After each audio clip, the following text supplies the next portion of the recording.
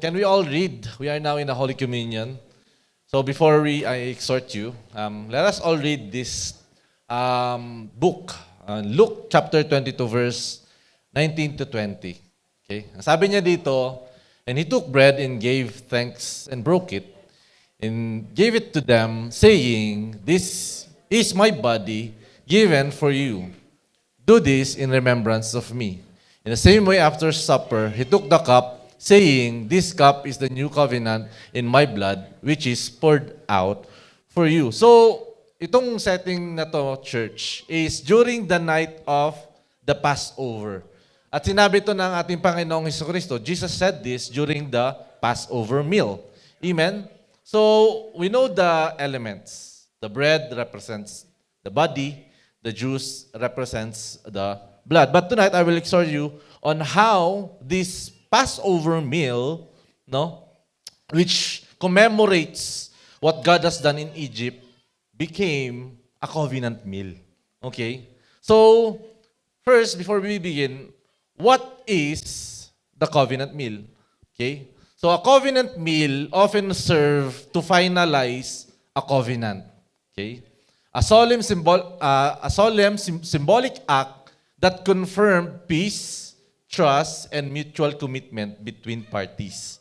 Amen? So yan yung covenant meal. And there are many examples of a covenant meal. Okay? Yung the covenant meal, hindi naman natin mababasa yan sa Bible. But marami tayong examples na makikita in the Bible, especially in the Old Testament. So next slide po. So, Abraham and Abimelech, okay, nagkaroon ng parang hindi pagkakaunawaan. Sinabi din ni Abraham na yung asawa niya is sister niya. So, nagkaroon ng hostility actually. At yung lumalaki na yung sinasakupan ni Abraham, karoon sila ng covenant na magkakaroon tayo ng peace, okay? Kasi yung mga magpapastol nila, yung mga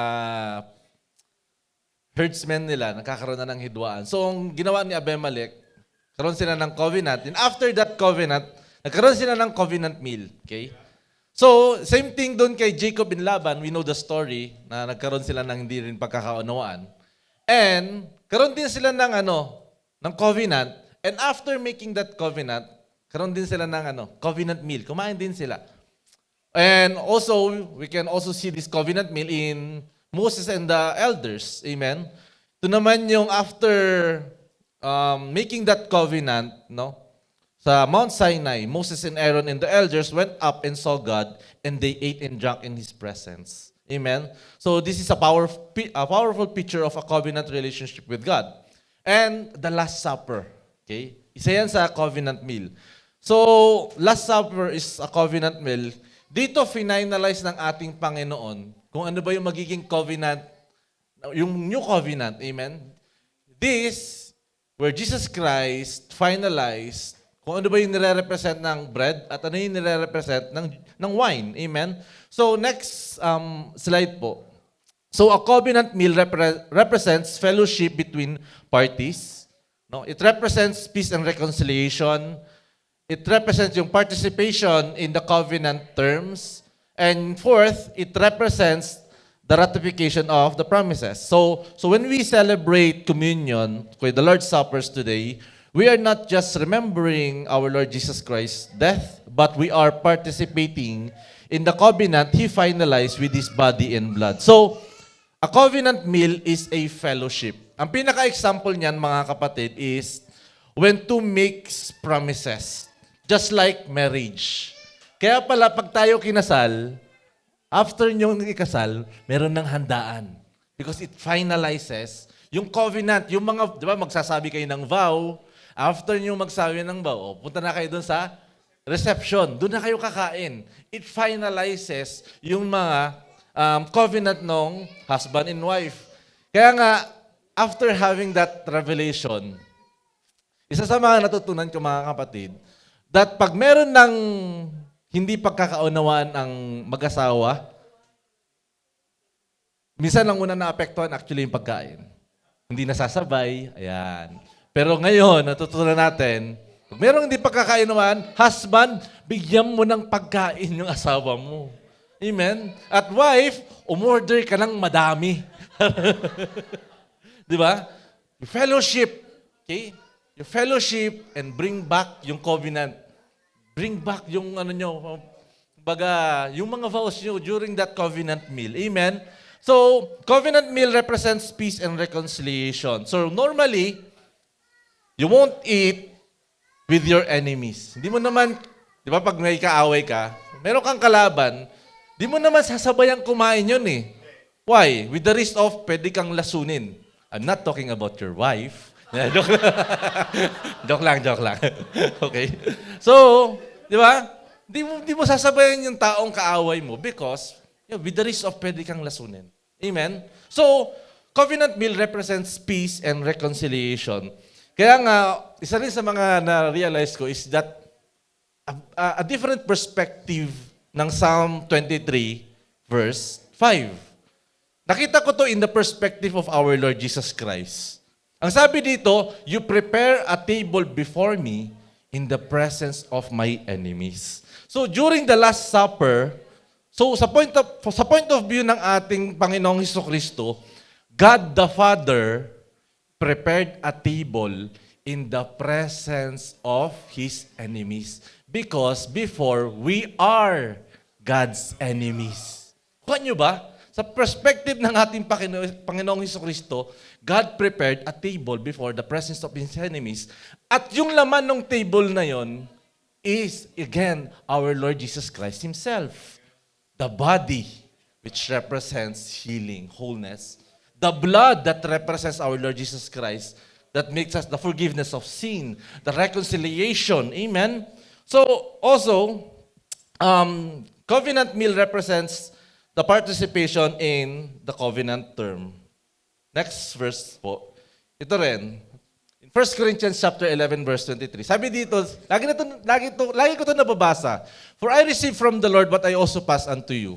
The Lord Jesus, on the night He was betrayed. Lagi ako napapatanong dito, bakit sinabing on the night He was betrayed? Paul could have said, the night of the Passover. Kasi importante yun eh, Passover yun eh. But, ang sabi na dito, hindi niya sinabing during the night of the Passover, but sinabi niya na, during the night when Jesus Christ was betrayed. Amen? So,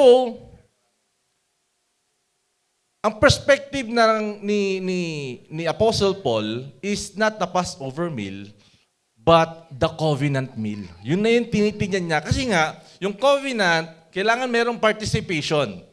So, Jesus Christ, siya na yung nagbigay ng covenant, okay? At kailangan mo mag-participate. Okay? So, ang part ng ating Panginoon is God, through His blood, ginawa niya tayong banal, ginawa niya tayong righteous. So, when you participate in this covenant meal, ang sinasabi niyan, you do not betray this covenant. You live holy. Amen? So, the covenant is not just for our healing. No? It reminds us who we are. That we are now righteous and holy. So, kaya sabi ng ating Panginoon, be holy for I am holy. Amen? So kung meron tayong struggle, especially sin, do the Holy Communion. It reminds us who we are. Amen? We are now righteous in holy. And also, a covenant meal is a meal that seals. So here where our Lord Jesus Christ finalizes His covenant. So the moment, that covenant meal sealed the new covenant, a promise of healing, forgiveness, transformation, and eternal life. So this meal reminds us the covenant is done, finished, and it's sealed with His blood. Sealed, ibig sabihin na hindi mo kayang kunin, okay? But sealed means nothing can take it away from you. Sa'yo yun. Sinelyuhan yun ng ating Panginoon. Regardless of what is going on around, the healing, the forgiveness, that identity is sealed within you. Amen? So that covenant meal is the meal that's sealed. Lastly, covenant meal is a meal of hope and future. Sabi sa 1 Corinthians chapter 11, verse 26, For whenever you eat this bread and drink this cup, you proclaim the Lord's death until He comes. So this meal, it is not just to remember what our Lord Jesus Christ, but reminds us that there is a greater feast that is coming. At ang katulad niyan daw, magkakaroon ng kasal. After that is the marriage supper of the Lamb. Kumbaga, itong ginagawa natin mga kapatid, it's just a practice of that greater feast. No? May parating na greater feast. Amen. Kaya nga sabi sa Revelation chapter 19 verse 7 to 9, let us rejoice and be glad and give Him glory. For the wedding of the Lamb has come, and His bride has made herself ready. Fine linen, bright and clean, was given to her to wear. So then, sabi sa verse 9, then the angel said to me, write this, blessed are those who are invited to the wedding supper of the Lamb. And he added, these are the true words of God. You and I are invited to that wedding. Amen? So the communion is a foretaste of that joy, a promise that we belong to Him and He is coming back. So, in that, the covenant meal, no, kaya sabi niya ang ating Panginoong Jesucristo in Matthew 26, I tell you, I will not drink of this fruit of the vine from now until that day when I drink it anew with you in my Father's kingdom. So, ganun kasweet ang ating Panginoon. So, let us all stand up po. Sabi sa 1 Corinthians chapter 11, verse 23 to 24, for I pass unto you what I received from the Lord Himself. On the night He was betrayed, the Lord took some bread and gave thanks to God, Give thanks to God for it. Then He broke it in pieces and said, this is my body, which is given for you. Do this in remembrance of me. Can we all lift up the bread and let us pray? Thank you, Father, for the gift of your Son. By the stripe that fell on His back, my body is healed from the crown of my head to the very soles of my feet. Every cell, every organ, every function of my body is healed, restored, and renewed. In Jesus' name, I believe and I receive. In verse 25, in the same way, after supper, He took the cup, saying, this cup is the new covenant in my blood. Do this whenever you drink it in remembrance of me. For whenever you eat this bread and drink this cup, you proclaim the Lord's death until He comes. Let us all lift up the juice. Lord Jesus, thank you for your precious blood. Your sin-free, disease-free, poverty-free life is in your blood. And your shed blood has removed every sin from my life. Through your blood, I am forgiven of all my sins, past, present, and future, and made completely righteous. Today, I celebrate and partake of the inheritance of the righteous, which is preservation, healing, wholeness, and provision. Thank you, Lord Jesus, for loving me. Amen. To God be the glory.